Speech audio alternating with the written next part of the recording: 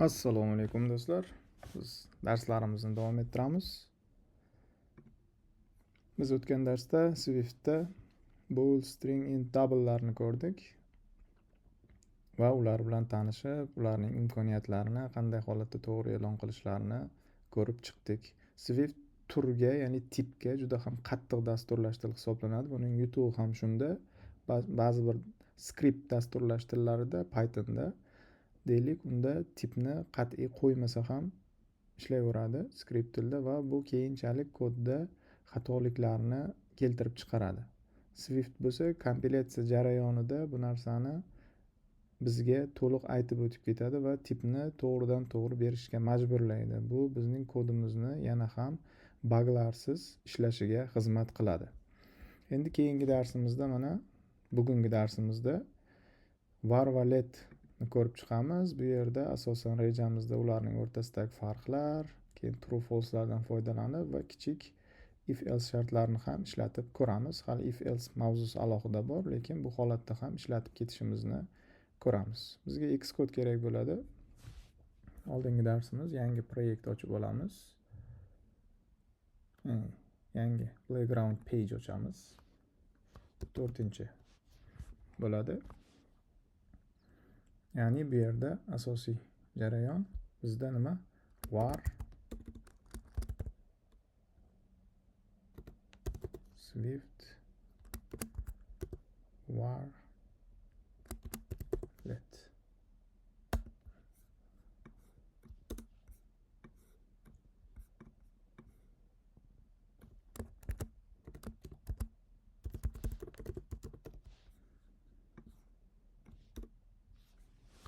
Endi bizda qanday boshlanadi variable'larni e'lon qilish jarayoni?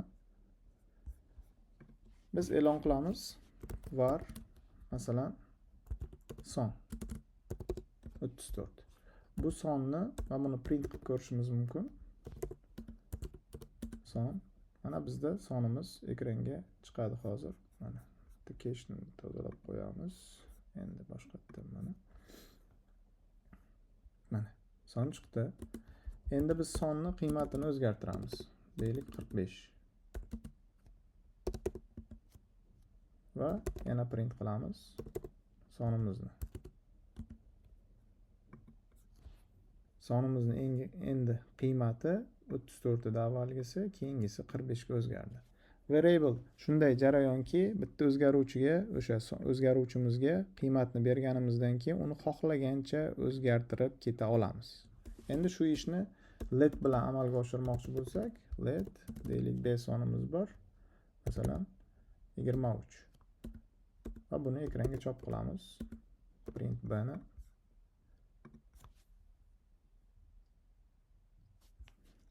ekranga chiqdi. Endi esa bni qiymatini qandaydir songa o'zgartirmoqchiman. Deylik 12 ga. Mana shu holatda bizga xatolik beradi. Mana cannot assign to value b is let yonida yozib qo'ygan constant. Bu nima?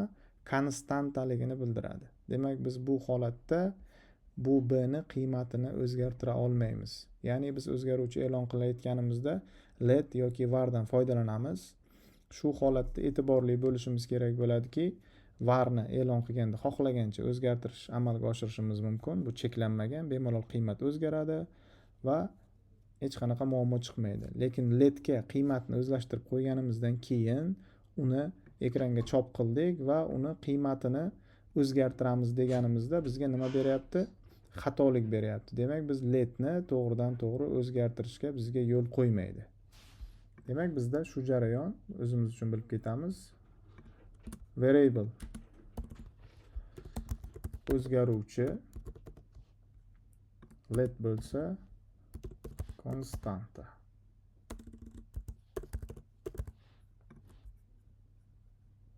Demak, tushunarli. Mana bu holatni biz xatolik deb ataymiz. Mumkin emas desak to'g'riroq bo'ladi. Mumkin emas. Mana. O'tgan darsda biz tiplar bilan ham tanishib o'tdik. Keling, masalan, biz bir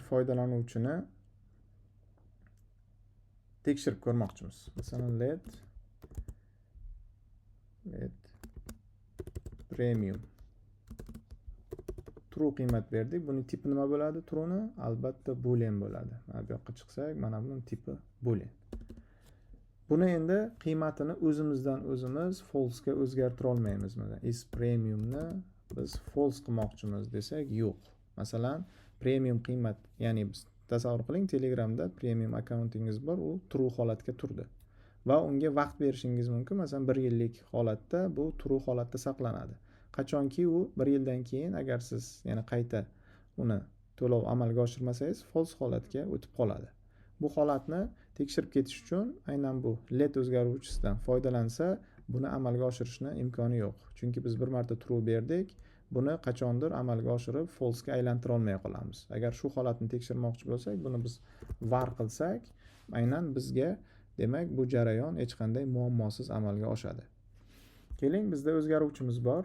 Shuni biz tekshiraylik. Bu o'zgaruvchi premiummi yoki premium emasmi? Biz buni tekshirishimiz uchun is premiumni ikkita tenglik qo'yamiz. True bo'lsa print qilsin bizga nima deb?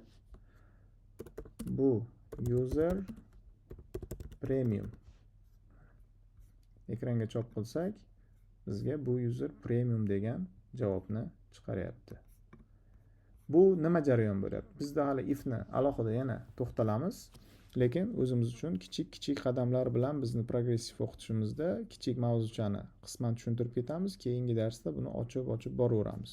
Bu yerda aynan tengmi degan savol bor. Is premium, ya'ni mana bu is premium qiymati true ga tengmi degani. Bitta tenglik qiymat o'zlashtirish degani. Is premium hozirda true qiymatni o'zlashtiradi. Ifda tekshirganimizda esa bu holatda aynan tengmi holatida tekshiramiz. Agar teng bo'lsa, demak buni qiymati, ya'ni uning tana qismi mana figurniy skobka ichida uning tanasi hisoblanadi ifning. Shu jarayon ishga tushadi. Agar bu tenglik bajarilmasa, bizda bu tana qismiga kirish amalga oshmaydi.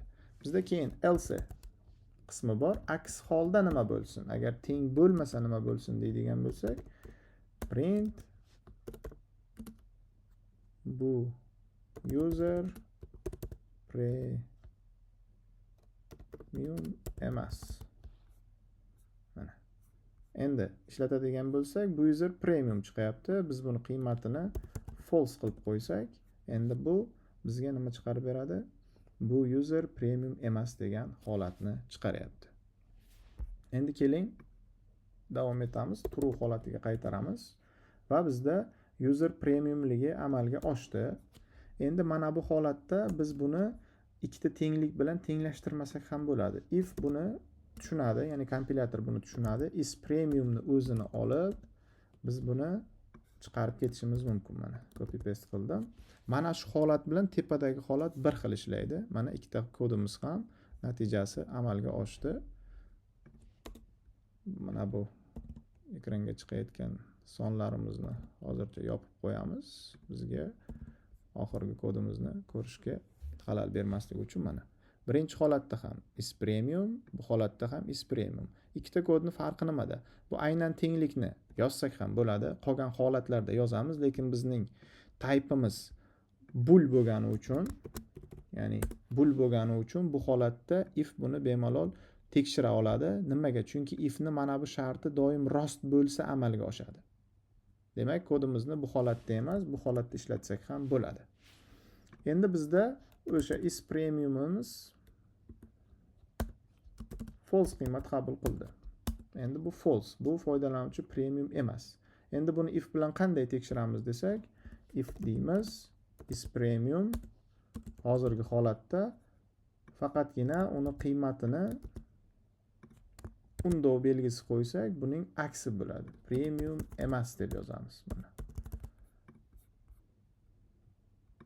Va bu kodimizni yopib qo'ysak, bizga mana qiymat boshida true edi, keyin 1 yil o'tdi, deylik 1 yillik obuna sotib olgan, keyin false holatga keldi.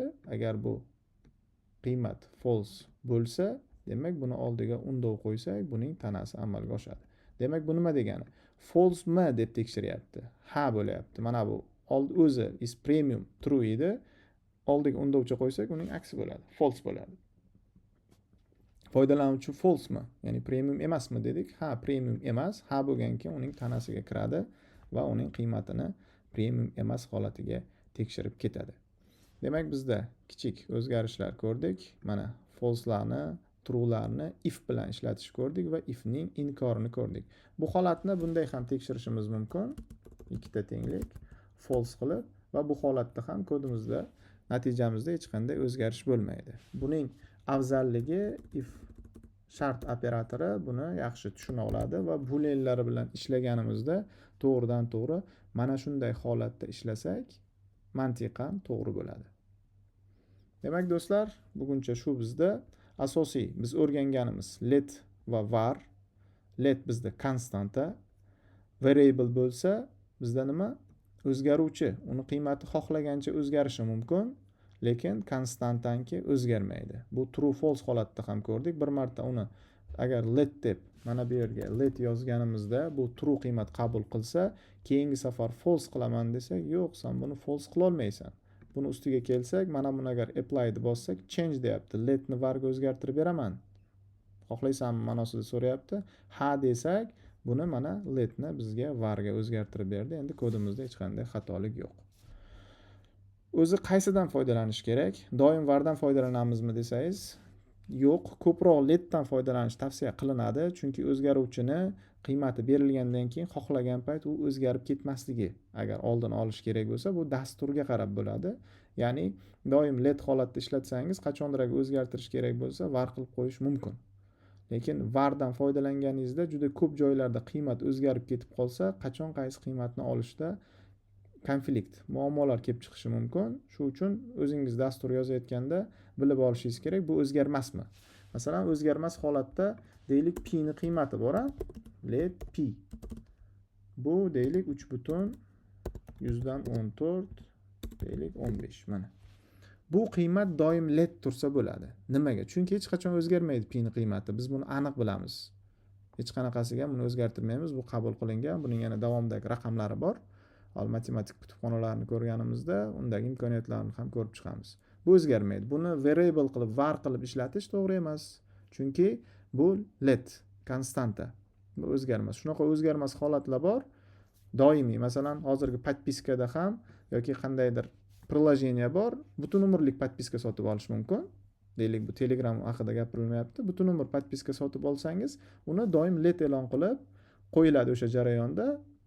True holatda bo'ldi. O'sha holatda true bo'ladi, turaveradi. Lekin bu dastur tomonidan yozilganda qanday bo'ladi? Dasturchilar foydalanuvchiga berayotgan qiymatini let deb berganda butun umrlikka let e'lon qiladi va foydalanuvchi qiymat kelib tushadi. Ya'ni masalan deylik, mana bu user is premiumni mana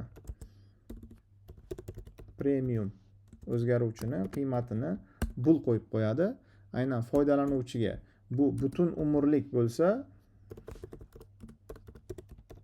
butun umrlik podpiska bo'lsa deylik, bu yerdan qabul qilganda bu true qiymat kelib tushadi bunga va bu hech qanaqasiga keyin o'zgarmaydi. Ya'ni o'z-o'zidan false bo'lib qolmaydi. Ya'ni foydalanuvchi 1 yildan keyin, 2 yildan keyin nega men podpiskam aktiv emas, men nega premium user emasman holatida savollarga muhtoj bo'lmaydi, chunki u let qilib e'lon qilib qo'yildi. Doimiy buni qiymati o'z-o'zidan o'zgarib ketmaydi. Demak do'stlar, buguncha shu bizda mavzumizni ko'rib chiqdik. Let va var o'rtasidagini va farqlarini, ularning nimaligini va ifni ham inkor shaklini va ifning o'zi holatida qanday ishlatilishini, avval ifni tenglik holatida ham tekshirishimiz mumkin yoki type bool bo'lgani uchun buni ifni juda ham chiroyli holatda, qisqa ko'rinishda mana bunday ham yozib ketishimiz mumkinligini ko'rdik. Bizda hozircha shu do'stlar. Keyingi darsda ko'rishguncha salomat bo'ling. Kanalga obuna bo'lishni unutmang. Albatta sizning qo'llab-quvvatlashingiz videolar ketma-ketligi davom etishiga yordam beradi. Salomat bo'ling.